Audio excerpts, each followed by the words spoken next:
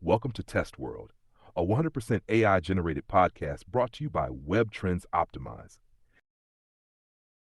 Yeah. Ever feel like you're on one of those, those seesaws, up on one side, down on the other with your data, never quite finding that balance? It's like, ugh, the worst, right?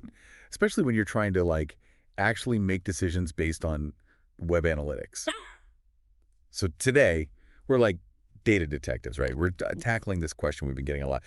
Why doesn't my Google Analytics 4 data match my Webtrends Optimize data? Yeah. And more importantly, like, what do we even do about it? We're diving into this Webtrends Optimize Help Center article talking about these exact discrepancies. And thankfully, to help us out, we've got an expert who, let's be honest, you basically live and breathe GA4 and WTO, right? Oh, yeah. No, happy to be here and try to, unpack this whole thing. So the first thing this article does is just throws down what they call the, like, 15% rule. Basically, if your GA4 and WTO data are like less than 15% different, they're like, don't even worry about it. I was kind of surprised they just said that. Yeah. It's pretty honest. It really challenges that whole idea of one platform being the ultimate source of truth. Like, the reality is they're both complicated systems with their own ways of tracking things. When you think about it, like just the complexities of data collection these days, right?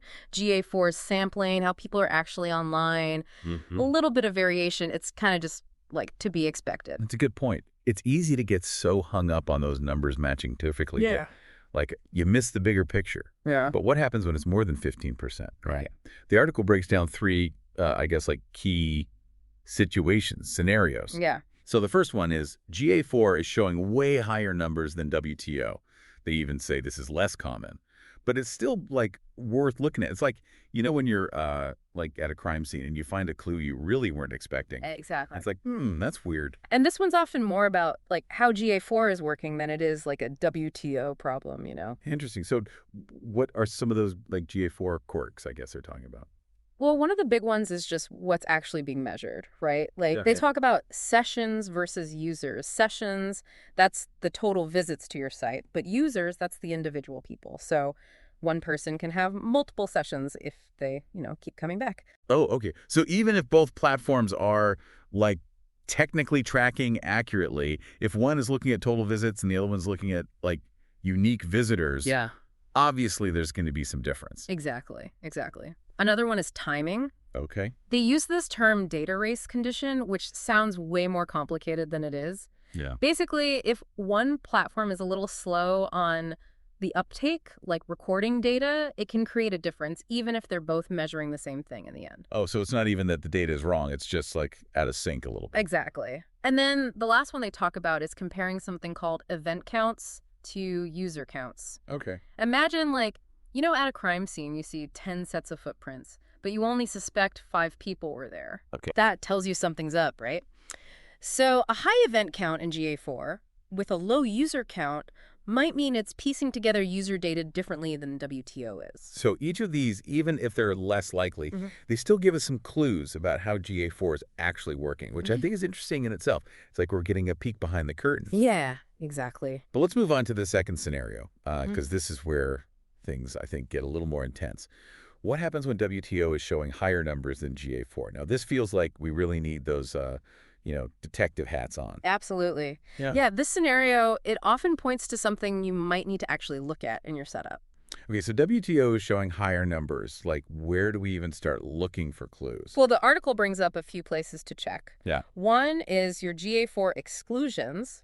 It's pretty common to filter out some data from GA4, like your internal traffic or bots, to try to get a cleaner picture of what actual users are doing. Right. Makes sense. So it's like we need to make sure we're comparing the same things, right?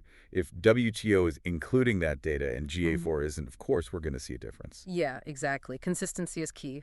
They also mentioned something called redirect tests. Yeah. Which can mess with data, too. Oh, right. Redirect tests. Remind me what those are again? So, like, you land on a website, and before it even finishes loading, boom, you're redirected somewhere else. Okay. The thing is, if that redirect happens too fast, GA4 might not have time to, like, register that you were even on that first page. So it's like it misses it completely. Yeah, exactly. And that could be why GA4 is underreporting compared to WPO.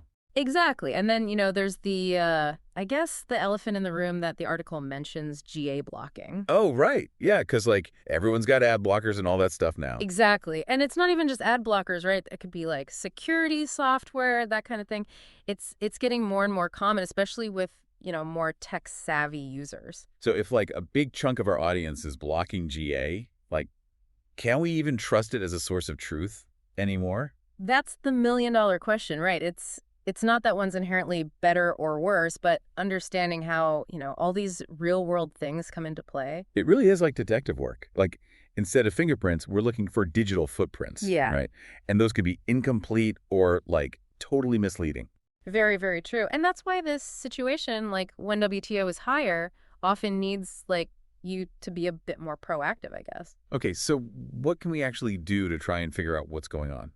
Well, they give a few tips. One is to break down your data by device type. So like if you see a huge difference, but it's mainly on, say, mobile Safari, well, that narrows things down a lot. Okay. Like zeroing in on a suspect, right? Right. Another thing is using a custom dimension to actually track user IDs across both platforms. Okay, I got to be honest. I'm like a little fuzzy on what that actually means. Sure. Yeah. Can you break that down? Yeah, so think of a custom dimension as like an extra label you can put on your data. It helps you follow specific user details across both GA4 and WTO, so you can really compare apples to apples. Like you can tag a user in both with a special ID and then see, okay, how is GA4 seeing this person? How's WTO seeing them? Okay, so it's like we're giving our data detectives matching fingerprint databases now. Exactly. And by looking at it at that level, you can start to tell, okay, is it specific users that are being like misidentified or missed completely, that kind of thing. This one's definitely the most detective work heavy scenario of the three. But okay, so we've talked about GA4 being higher, which unlikely, but tells us about GA4. We've talked about WTO being higher, which means got to do some digging. That leaves our last scenario. What if the numbers are actually pretty close? Within that 15% margin. That, my friend, is the sound of data harmony. You know, the calm after the data storm? So our data detectives, they're not finding any, like, smoking guns or anything. Right. Everything seems to be in order. Yeah. Can we just, like, trust the numbers? Relax. That's really the message they're going for in the article. Don't get too hung up on small differences.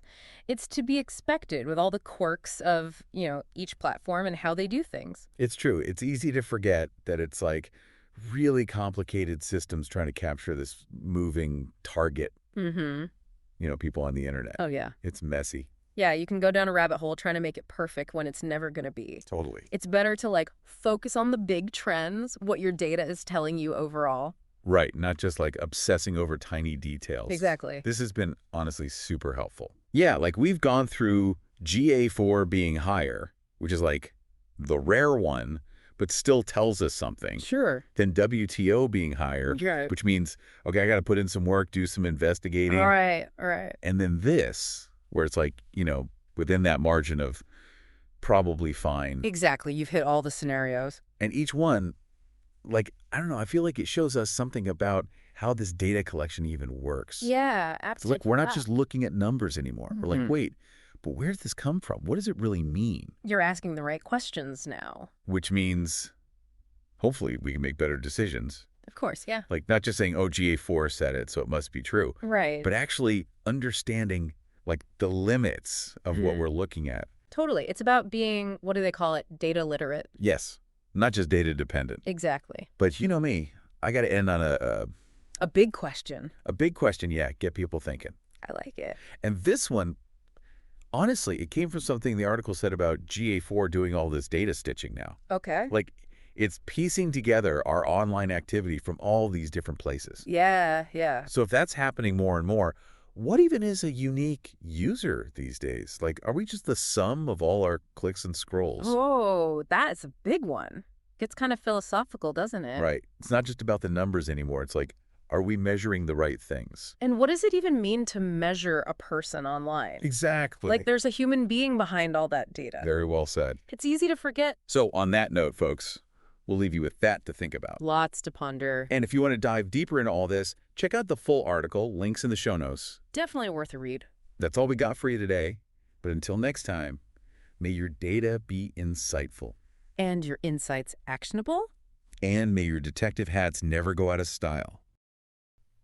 And that's it for this episode of Test World. Thank you so much for listening. If you enjoyed what you heard, feel free to check out more episodes on our channel.